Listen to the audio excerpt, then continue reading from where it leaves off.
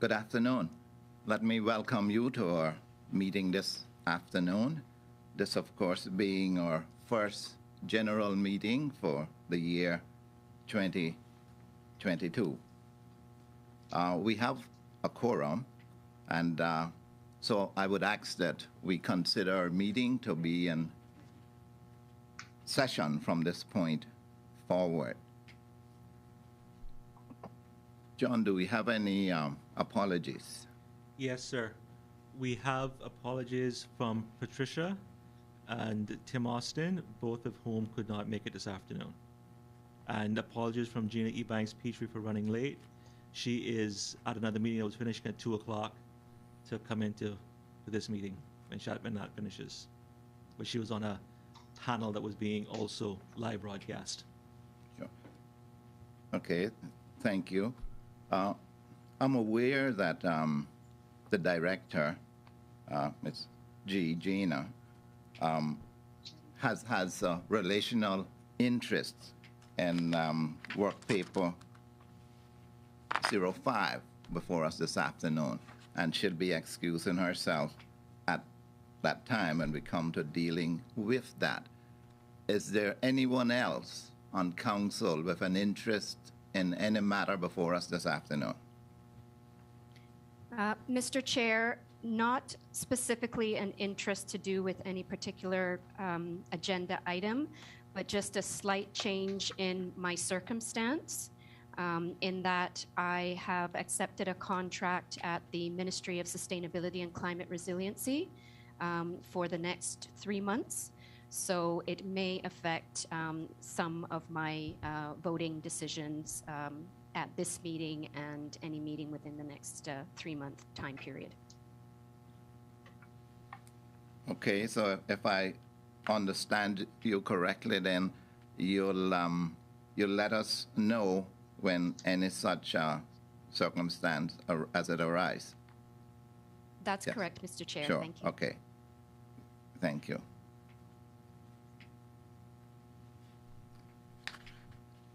If there's no one else then with any particular interest in anything before us, we'll move right on to confirmation of our minutes from our November the 24th, 2021 general meeting.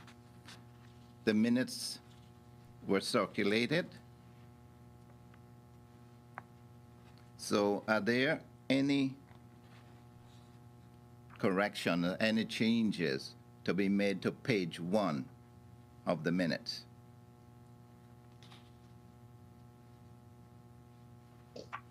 How about page 2?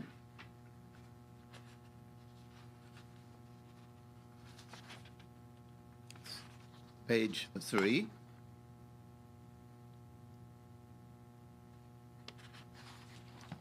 And page 4.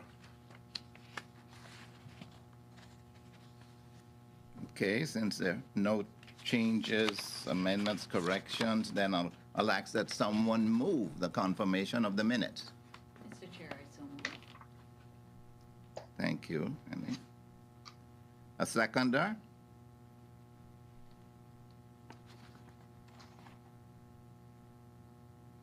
And we have a seconder for the minutes? Yes, Mr. Mailer has put up his hand to be the seconder, Mr. Chair. Seconded. Sorry, I was muted. Sorry. Thank you. Okay, that takes us in then to item number 3 on our agenda for the afternoon. Matters arising from our previous meetings. And A, or legal challenges. Mr. Chairman, could we postpone this until the director is here? She has more up-to-date information than I could give. If for any reason she can't make it, I can try and fill that in for the council at the end. Okay. Given that, then, should we move then, John, to our reports, well, and come back then to section 3, or? Yes, sir, we can do that, or I can do B. I can do everything else. You can do, okay. Yes, sir. Well, sure, let us continue. better. Sorry, Mr. Chair and John, it's a little hard to hear. If you wouldn't mind just speaking up in the room, it's probably just because you're a bit away from the mic.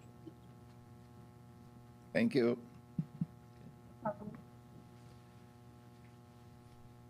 Okay, in that case, then we'll look at B under 3. So just to update council from the last meeting, currently all of the operations running tours into the Bloody Bay Marine Reserve have a up-to-date tourist vessel permit.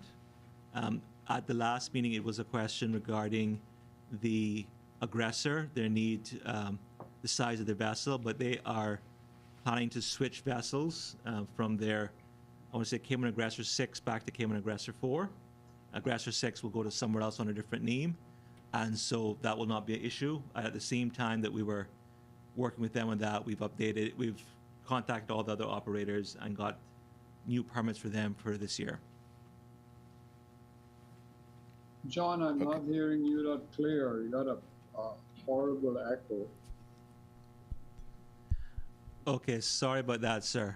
Just saying, I don't know if this is better by talking louder, I apologize. Just saying that all of the Bloody Bay tourist vessel permits are now up to date for all operators. And the Cayman Aggressor, they are switching to one of their older vessels that is within the size limit for the park.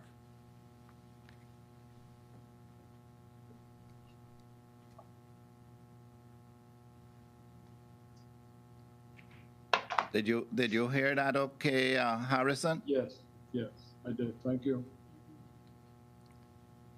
How about C, John? So the habitable overwater dwellings, the cabinet took their decision on the Coastal Works application that was before them. Attached to that was council's recommendation to adopt the draft policy for protected areas. That is actually going back to cabinet as a separate standalone cabinet paper being prepared by the ministry to go back to cabinet when they have time to fully consider that.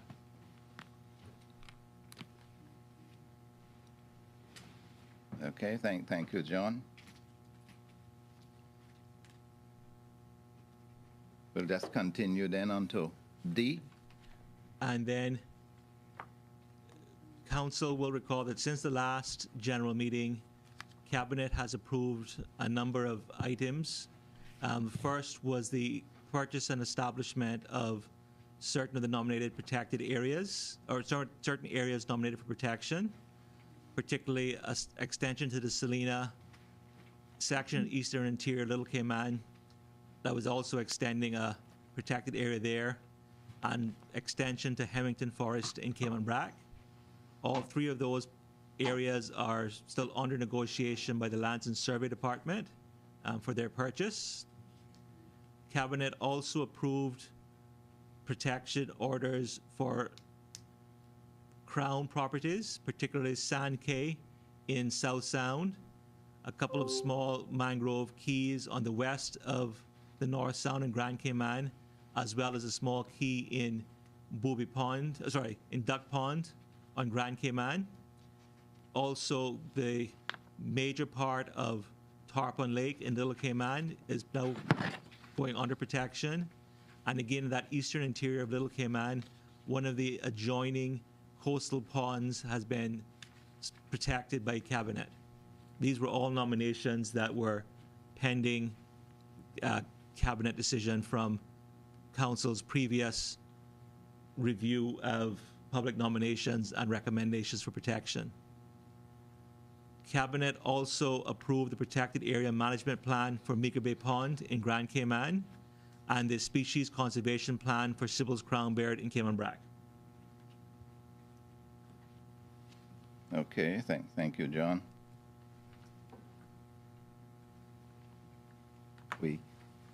We have Miss G with us. Yes, now. sorry I was late. Yeah. I was on the panel for the Honoring Women's Month. Sure, we understand that you were, and welcome. Thank you. We skipped over A, 3A, or the legal challenges. Yeah. So could you Yeah. bring us up to date as far as that's concerned? Okay, so I'll take the first matter, which is the judicial review over the Department of Agriculture and the Department of Environment's attempts to control feral cats in the Sister Islands. I think everybody knows that we are subject to, or we have been subject to a judicial review, and subsequently an undertaking not to trap cats until that had been lifted, any kind of injunction against that had been lifted. So at the moment, the government is in the final stages of confirming settlement of the application for judicial review that was initiated in 2018 by the Humane Society and Feline Friends in regard to the Little Cayman Cat Control Program that was being conducted by, as I said previously, the Departments of Agriculture and Environment. After a couple of years of negotiations, it appears that the lawyers for both parties now are close to a settlement, and this means that the application for judicial review can be concluded very shortly, we hope. So we hope to be in a position to deal with this in a couple of weeks, hopefully. The second matter is the judicial review, which the NCC and the DOE have applied for and have been granted leave for against the CPA's decision to not follow the directions given by the Department of Environment and the NCC. That matter, we now have a date set for the judicial review hearing. The 14th and 15th of June are the dates that have been set for that hearing. So that's the update on that matter. Okay, thank you, Ms. G. No problem. It brings us down to item 4 on our agenda, the reports. First one being, of course, the public education and outreach. Yes, sir. Just that the call for protected area nominations, the call for public nominations is now live. That has gone out through various media, and the DOE will keep pushing that out for the council over the next couple of months. It went live for February 7th and is open until May 13th. Okay. February 7th or May the 13th? Yes, sir. Okay, thanks, John. B, climate change.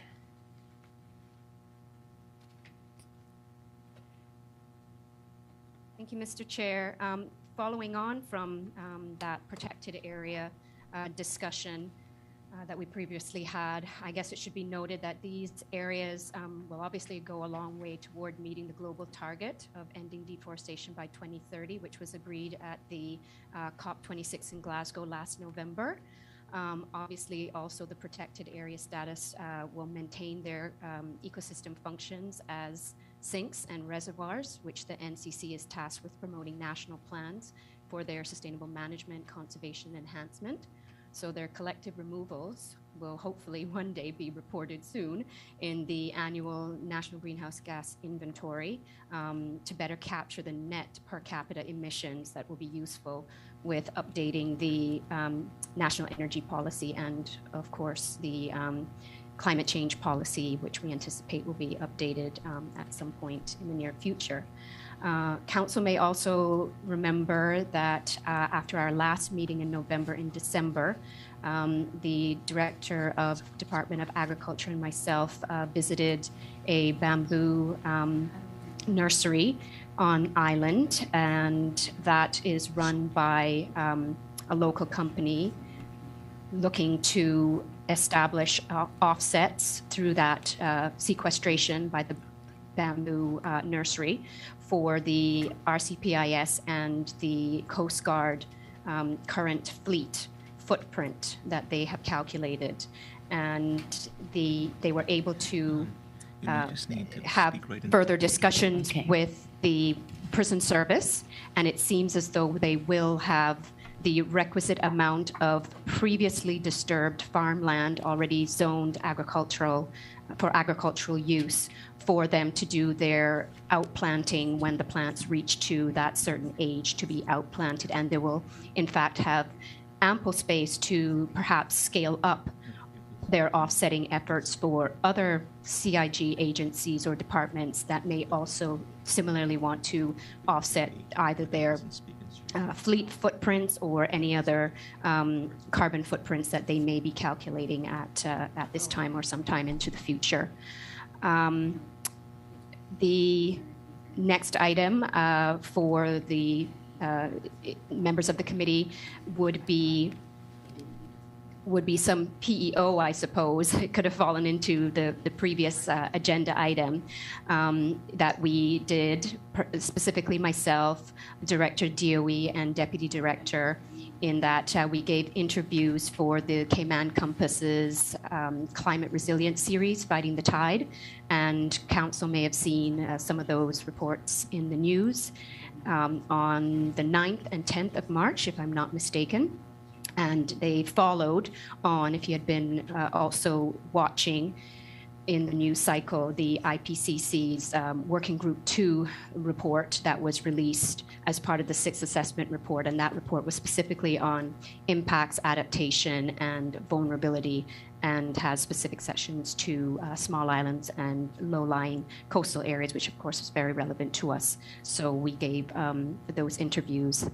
And then finally, on my part, and I'll pass over to Director DOE after this, the climate change risk assessment, the draft report, which will report on the climate change impacts and the long list of identified risks, is expected from the consultants at the end of this month for local expert review to then be finalized thereafter.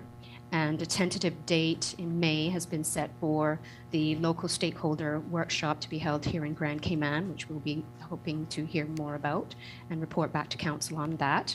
But it will be very interesting to see what similarities and or differences there will be between this initiative and the risk prioritization exercise that was done 10 or 12 years ago under the Enhancing Capacity for Adaptation to Climate Change, or ECAC project, that was also a UK-funded project, which informed, of course, the 2011 draft climate change policy. So with that, Mr. Chair, I will turn over to Director of Department of Environment for her further report. Thank you, Lisa. Mr. Chair, I think that Lisa has covered everything that I would have said. The only thing I would say is that once we receive the risk assessment report with a long list of risks and opportunities, that there is going to be this meeting that will have all the stakeholders together, that where they will rank the risks, and that whole ranking exercise will obviously inform the development then of actions and policies moving forward for mitigation and adaptation to climate change. So we're very excited that we actually started to do some more work towards climate change mitigation and adaptation. So that's really all I've got to say. Sure. Thank you, Ms. G. Yeah. It brings us, of course, to the Environmental Assessment Board, C on the 4. Okay. So to report, we have 2 environmental assessment boards that are currently impaneled. One is dealing with the EIA, the Environmental Impact Assessment for the Integrated Solid Waste Management System. That project, we were informed several months ago now, has been put on pause while the parties to the public-private partnership, that is REGEN, that sort of encapsulates the whole ISWIM's project. They need to sort out some issues, some contractual issues. So whilst that discussion is going on, the EIA has been paused. So we're basically waiting for that to resume. The NRA have now gone out to tender for consultants for the EIA for the East-West Arterial. So we'll shortly be, I think, working with the NRA and whatever consultants are hired to develop the terms of reference for that EIA. And obviously, part of agreeing and finalizing those terms of reference is a mandatory public consultation. So the public should stay tuned for notices and notifications about when that public consultation will happen on the draft terms of reference. Of course, we'll announce it and try to make it as widely known as possible. Sure. Okay, thanks, Ms. G.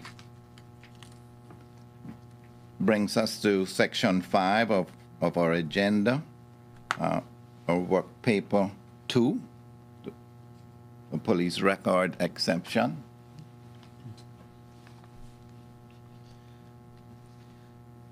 Yes, sir. So council will recall that the license and permit directives control how the DOE issues licenses under the delegated authority from the council.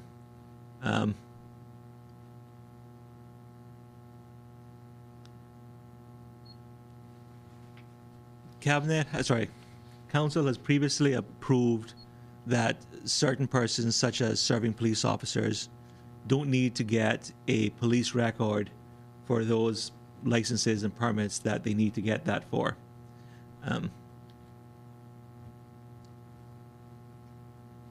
This was done before the Coast Guard existed, and so the Coast Guard recently applied to get permits for lionfish, to take lionfish with a couple of their staff, and we recognize this discrepancy.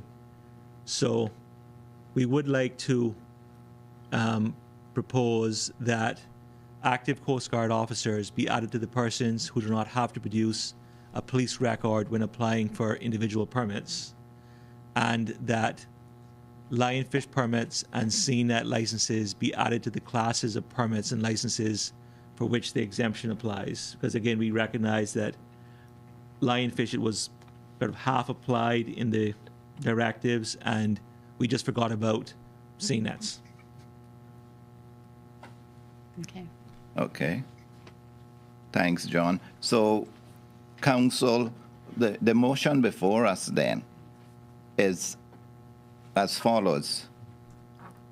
To facilitate the issuing of permits and licenses to certain classes of persons, it is proposed that A, active Coast Guard officers be added to the persons who do not have to produce a police record when applying for individual permits, and B, lionfish permits and CNET licenses be added to the classes of permit and licenses for which the exemption applies for all exempted persons. This is the motion before us. So can we have a mover for this motion? I will move, Mr. Chair. A seconder? I second, Mr. Chair. Those in favor? Aye. Aye. Aye. Aye.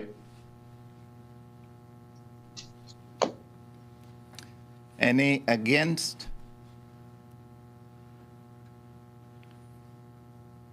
Those abstaining? I abstain.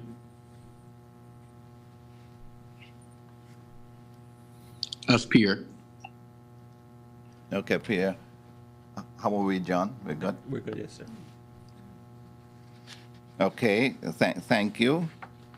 Mr. Chair, before you move on, I Sure. just mentioned that I could hear you very clearly when you proposed the motion, but I really could not hear what John was saying prior to that proposal. Oh, We'll try something different for the next motion. Yeah. If that's Would- okay. John, Yes, sir. would you want to reiterate that again? Okay. Just say that again so that. So, okay, Stuart. I don't know. I hope you can hear me a bit better through this one. While I try to work with my left hand. Are you hearing now, Stuart? I'm hearing you clearly, Mr. Chairman, but I'm really struggling to hear John. Same here. Okay. So it's Same. It must be me and not the two microphones I'm trying to use. Sorry.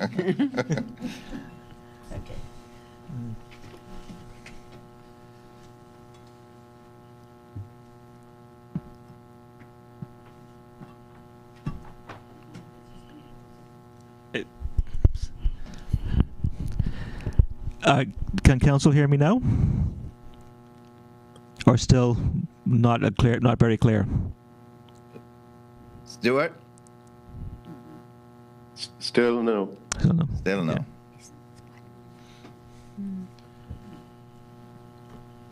All right.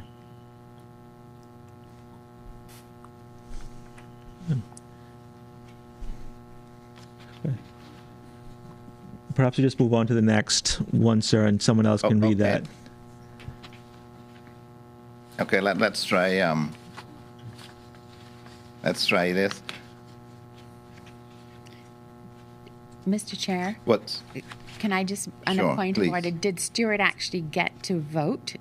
Or is he asking for the matter to be clarified so that he can cast a vote? I'm not clear on that. Okay, Stuart? Good point. The director is raising here. Did you get the opportunity to vote, or you're waiting for it to be clarified for you so that you may vote? No, Mr. Chair. As I said, I could hear you clearly, and you actually proposed the motion, so I was able to vote with a clear conscience that I knew what we were voting on. It's just a technicality. But if the motions themselves are presented by you, who I can hear clearly, as I can hear the director, I don't see a problem. Okay. Okay. Thanks, Stuart.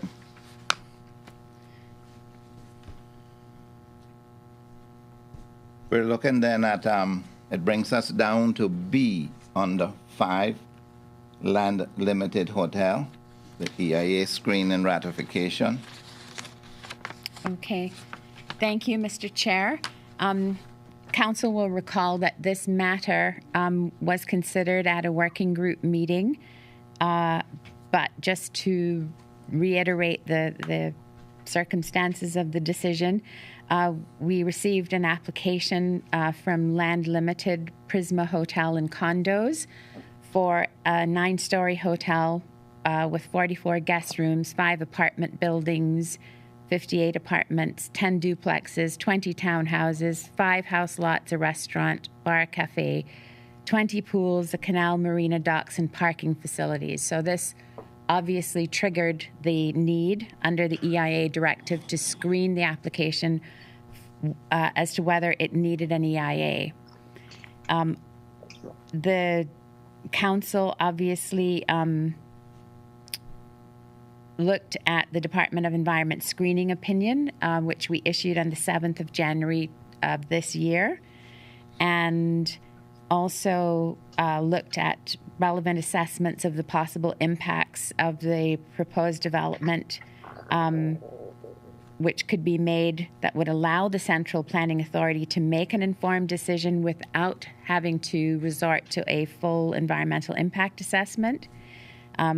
Council considered that a hotel needs assessment would be chief among some of these assessments that should be carried out by the planning department to determine the suitability of the hotel in the area proposed as per the recommendations of the draft National Planning Framework and the Tourism Plan for Cayman dated 2020.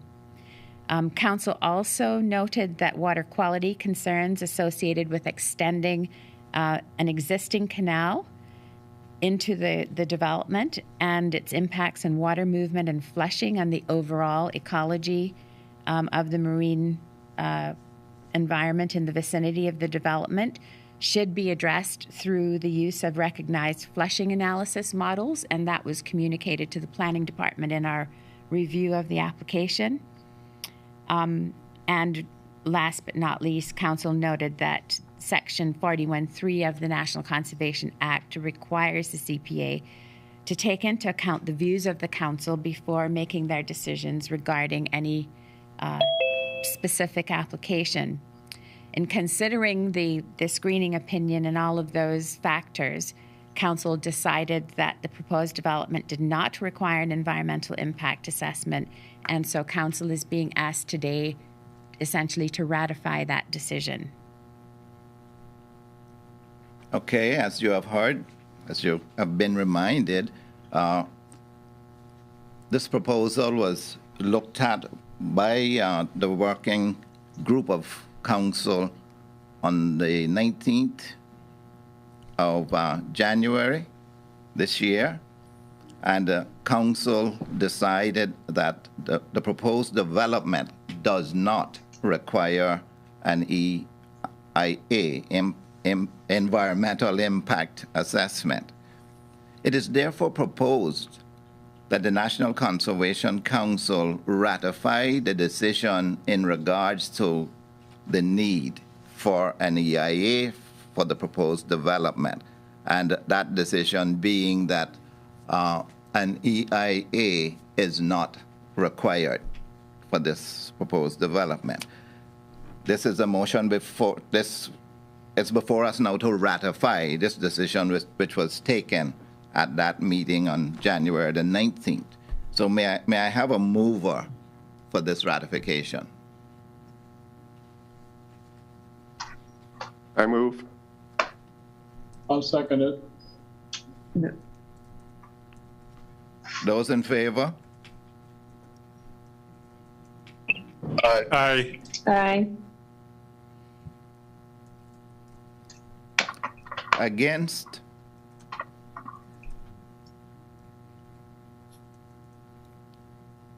Anyone abstaining? I'll abstain. I'm going to abstain as well, Mr. Chair, because I was involved, obviously, in the preparation of the screening opinion. And I abstain too, Mr. Chair. Unfortunately, I was not at that meeting in which the decision was taken. Okay, are we okay? Yes, John, sir. got all the numbers?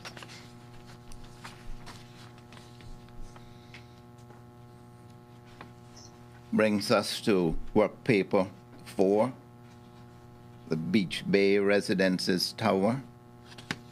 Okay.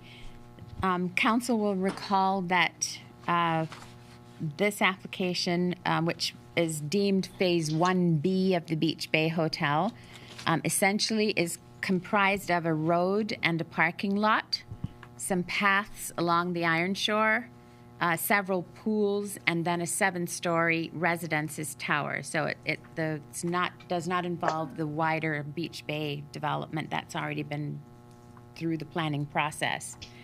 This proposed development includes 27 units within the 7-story apartment block and related hospitality accommodations such as residence lounge, pool and deck, and ancillary services and utilities.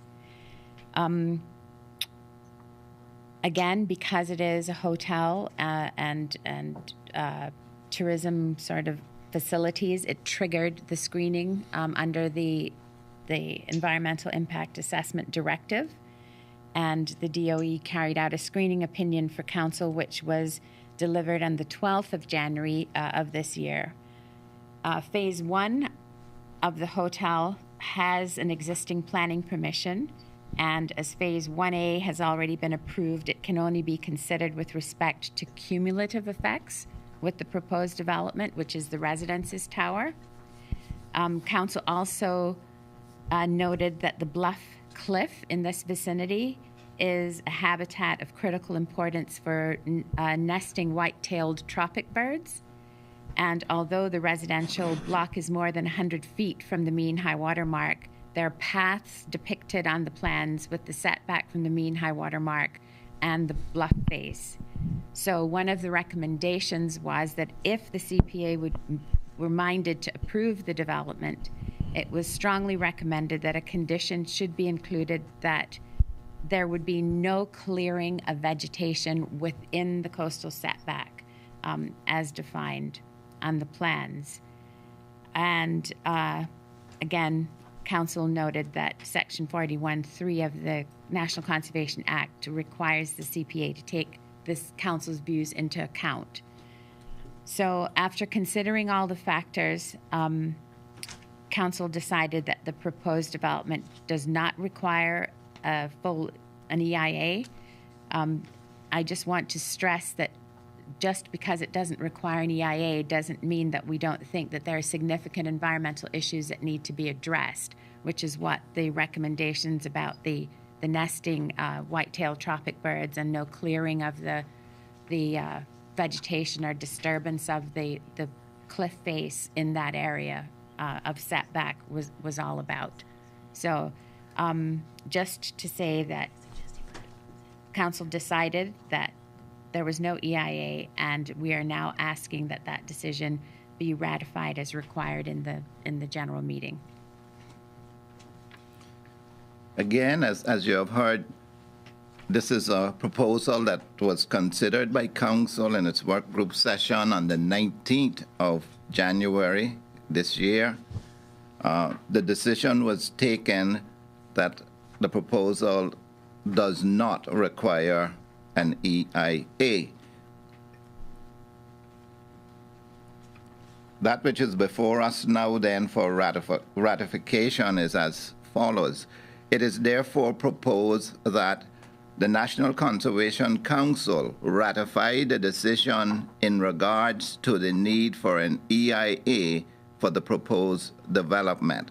And the decision taken was that it does not require an EIA. May we have a mover, please?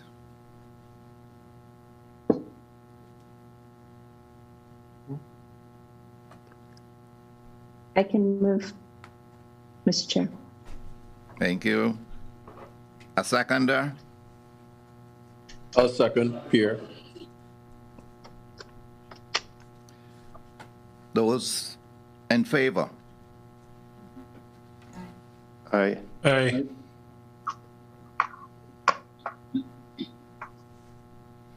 Those against?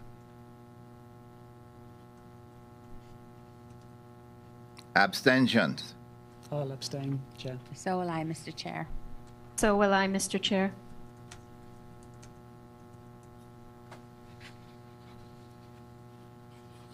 Are we okay, John? Yes, sir.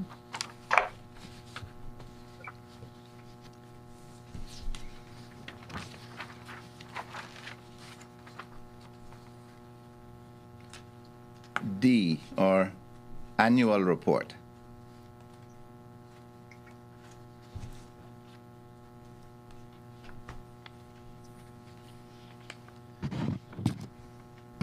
Sorry, multiple problems over here.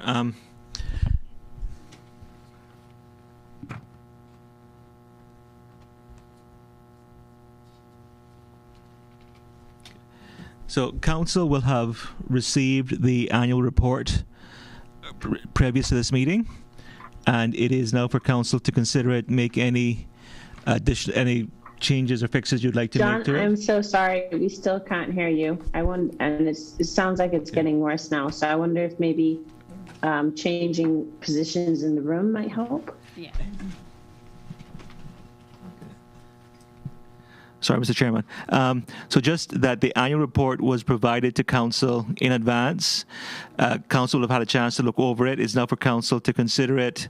Any amendments, changes, etc. you would like to make to it before, and then if it meets council's approval, it will then go to the premier, the minister for conservation, the minister responsible, who will table it in the parliament once it has gone, when its cabinet has seen it. And just noting that there was one more typo found by a council member on page 9, and we'll fix that before it goes any further.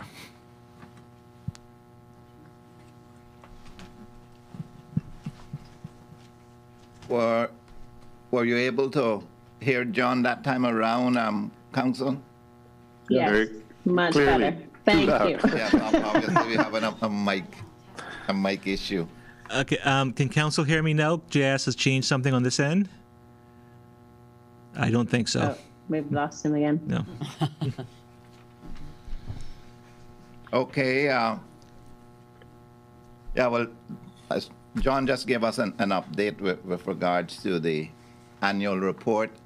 I do believe that most of us have submitted any changes we thought necessary to John prior to this afternoon. Is there anything else that anyone saw, thinks that needs to be addressed?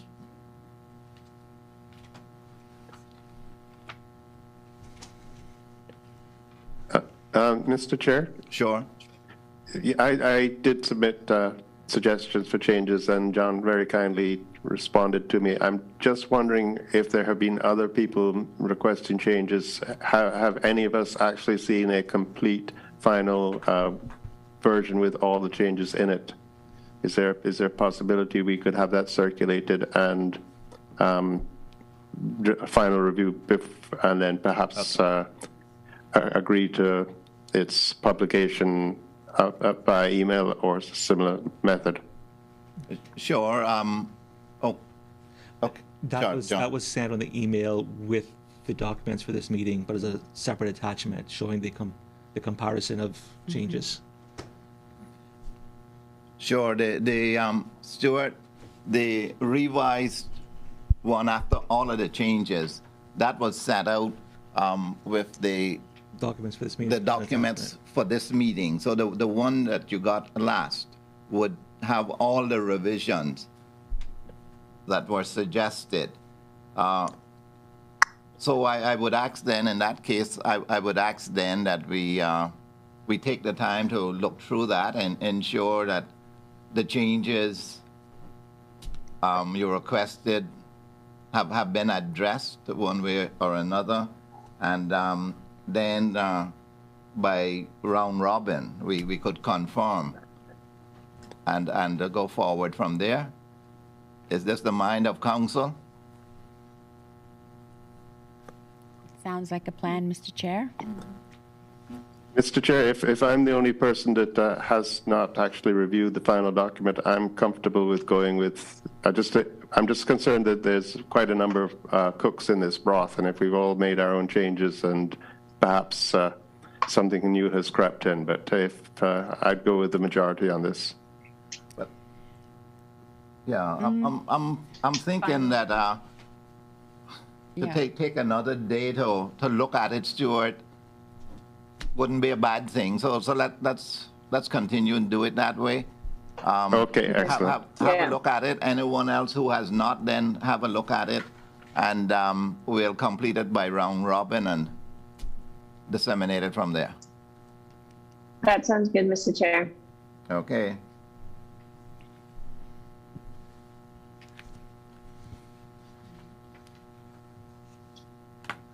And under item 6. Oh.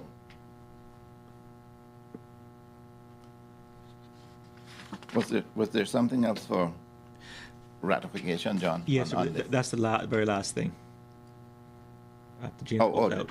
Okay, Yeah. sure. Under item 6, of course, we have our meeting dates for the rest of this year, and this is meeting dates, of course, as it relates to general meetings.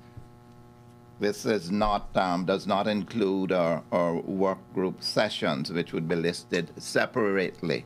So we have June the 15th, September the 21st, and December the 14th. And I am aware that there might be some questions as to whether we need to shift these dates forward or back a week or something like that, and we'll address each one as we get closer to that time. But tentatively, the dates now, June 15th, September 21st, December 14th. Ms. G, I believe you want to... Yeah, Mr. Chair, I am good with the dates other than the June 15th because it's the 14th and 15th that we have the hearing for the judicial review. So probably you as well would not be there for that. Yeah, sure. Yeah. Thanks for that reminder, Ms. G. Obviously, we're going to have to change the June 15th meeting. That day is essentially taken already. So we'll come up with a new proposed date for that. And then may I ask at this time, what is generally the view of council on it? Should it be a week later or a week earlier? When is the holiday? Because we have a two-day weekend for Queens. Yeah, that's early June. That's the 3rd and the 6th, I believe. The third or early June. Yeah. Mr. Chair, I believe in our previous discussions, we had considered June 22nd. Yes, that's what I was looking at as well, Stuart. Thank you for raising that.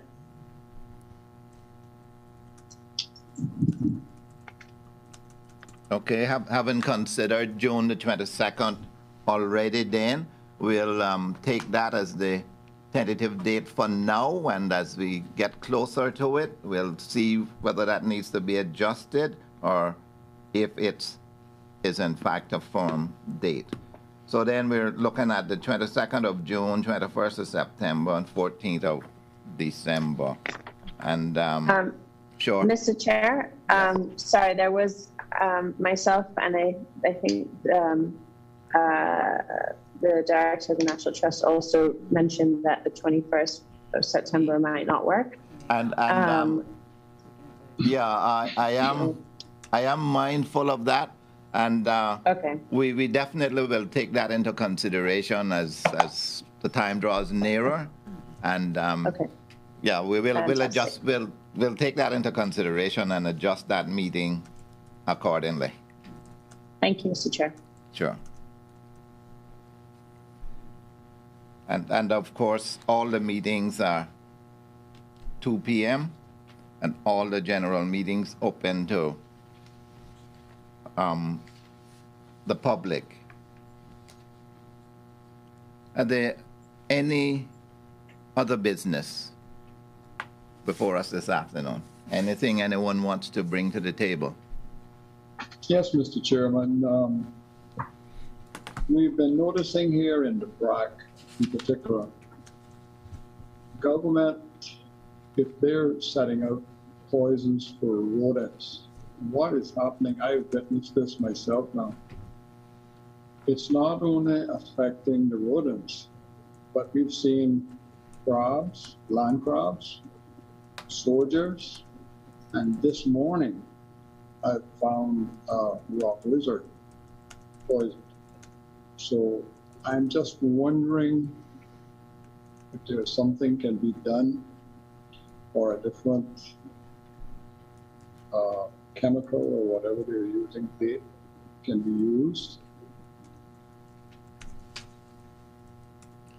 Mr. Bacco, sorry, would you be able to say that again? I didn't quite, I caught a little bits of it, but I wasn't sure what you were proposing. No, what's happening up here, if someone requests agriculture because of rodents around their property, it's not only harming the rodents, but we're seeing it now, rock lizards and soldier crabs and land crabs now. We've seen it. I've seen it at a couple of homes here that I've visited. So I don't know if there's what we can do or if there's anything that can be done that could probably change that. Mr. Esvik, are you in a position? Well, that wouldn't be agriculture. We don't really deal with baiting for rodents. That would be the Department of Environmental Health. Just for clarification. Yeah. Okay. But certainly, Mr. Chair, we can undertake at the Department of Environment to look into this and try to understand, you know, is it DEH or how are these things getting set, and what some of the provisions could be that might mitigate impacts on other non-target species. So we'll have to take a look at that. And I think, Gina, through you, Mr. Chair, that some of the pest control companies are also doing the same. Okay. Okay. Okay. Thank you. I may have to come back to you, Mr. Bothwell, to get some details, okay? Sure. Okay, thank you. But Thanks, Mr. Bothwell.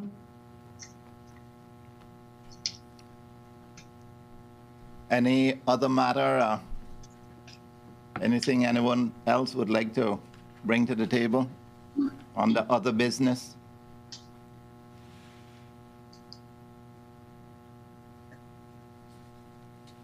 In that case, it brings us then to item 8, or new matter, work paper 5.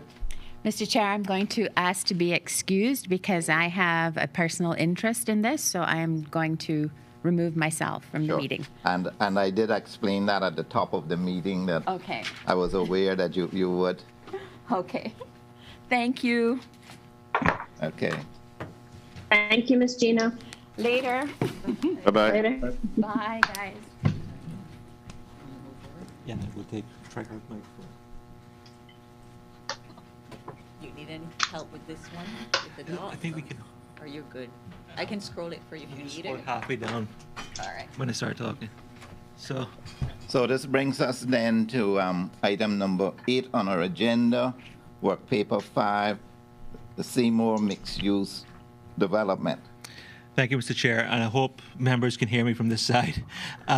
Clearly. Okay. I have a family relation to the applicants in question, but not an interest in it, that particularly not one that should preclude me being able to, well, show the documents for council's consideration. And again, apologies to the director, from the deputy director who could not be here to do this instead. So,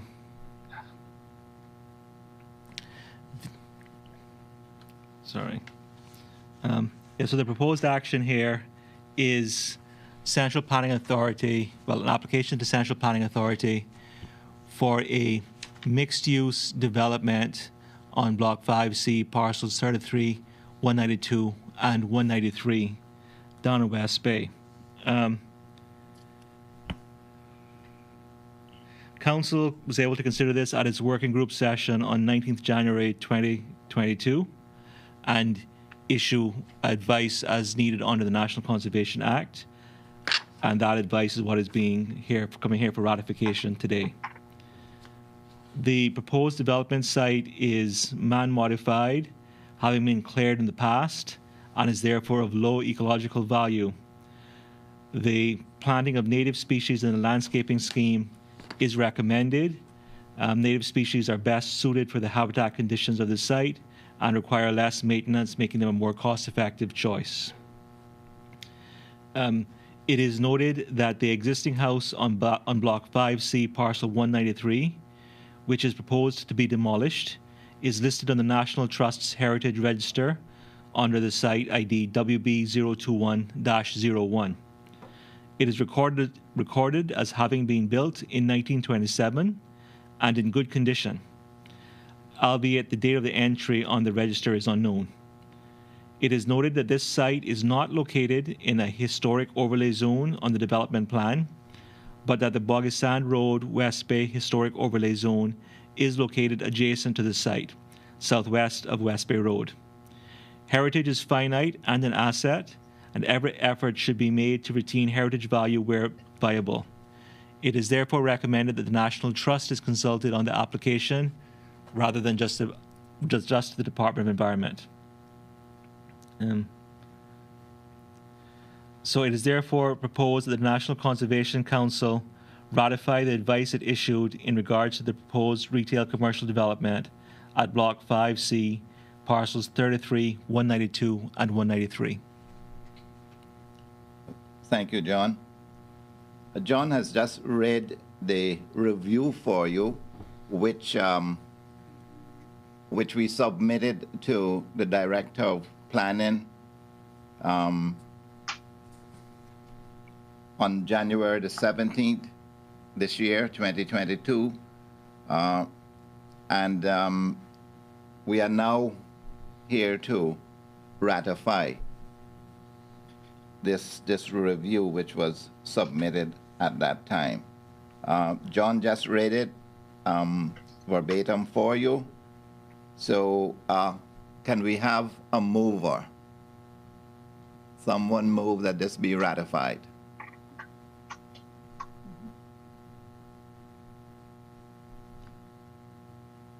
I can move, Mr. Chair.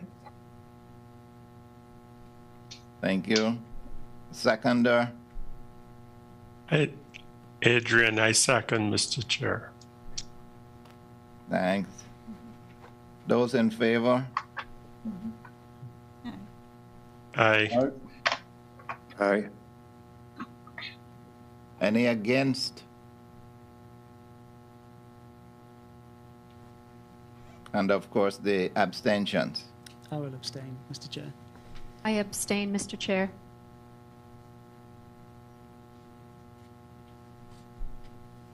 We're okay with Yes, sir. got those, John?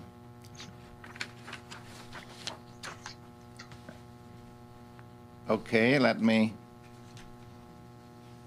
thank council, all those who have participated this afternoon, all of those who are in attendance. This brings us down to the end of our agenda for the afternoon. And the only thing left at this point is the adjournment of our meeting. So we stand adjourned. Thank you, Mr. Chair. Thank you, Mr. Chair. Thank you, Mr. Chair. Thank you. Thank you, Mr. Chair.